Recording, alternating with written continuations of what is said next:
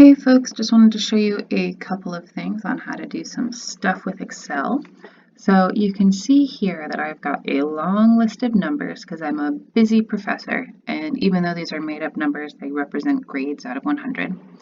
And one of the things that we looked at today is how it's helpful to sort of have things organized in order so you can get a good sense of how many bins maybe you need, what the different class sizes are going to be when you're making a histogram or a frequency table.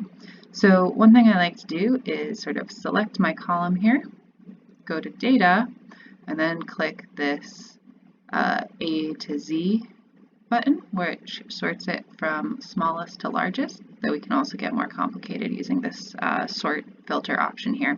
But for now, let's just do smallest to largest. Okay, so I sort that, and I can already get a much better sense of what's going on with this data. So I have a couple of people who are, have a perfect score, and a bunch of people who are in the 90 to 100 range. But then if I scroll back up, I can also see that there's some people who maybe my teaching methods are not reaching. So, okay, I can get a better general sense now that I have it in order. But what else might I want to do? So we've been looking at different ways that we can represent by breaking things into classes. So one thing that happens a lot in school is you have your grades divided by letter grade, and you don't need to know if you had a 60 or a 62, for example. So we might just group all of those sorts of numbers together. So let's see how we can do that for a beautiful histogram. Let's select that column A, and I'm going to say Insert. I'm going to go to the, let's look for all of my different possible types of charts because I want to find a histogram in particular. So let's see, I want to insert, nope, that wasn't right. Just doing it over there. Looks different on this computer because it's smaller. So all charts. Okay, if I go to all charts, then I can click histogram. There it is. Okay, so yay, we can sort of see the distribution of the grades here. There were a few people who were down in this 45 to 56 range, and a bunch of people who were in the 78 to 89 range. So that's what Excel just decided was going to be a good way for us to look at the numbers, but I don't know about that. I think that maybe we can do a slightly better job. So what we can do is click on these little numbers down here where it says 45 and 56.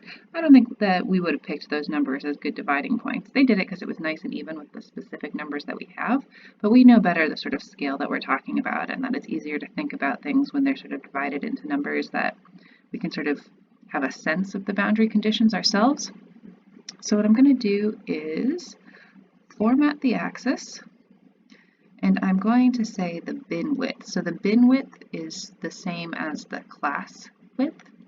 And I think that it would make more sense for us to have it be at a straight 10. So that's how many numbers sort of fit right in. So if we do that, let's see what happens. Enter.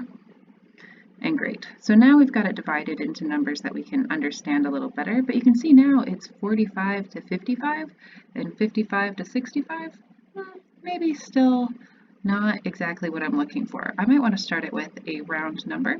So I'm going to make my underflow bin, which is just put all the stuff below this number in a different bin so that I can start it at 50, which I'm actually sort of more comfortable thinking about. Okay, so we can close this access thing now. And if we zoom in, you should be able to see how nice and beautiful it is. So we've got one person who's below a 50 maybe, we've got maybe one person in the 50 to 60 range, and so on and so forth. Actually, however, you can actually see there's 29 people who are in the 80 to 90 range. And so you can see here sort of just with the picture of the graph a better sense of what's going on, especially compared to when we were just looking at that mess of numbers. So we're going to keep working on that representation of information, and I'll talk to you more later.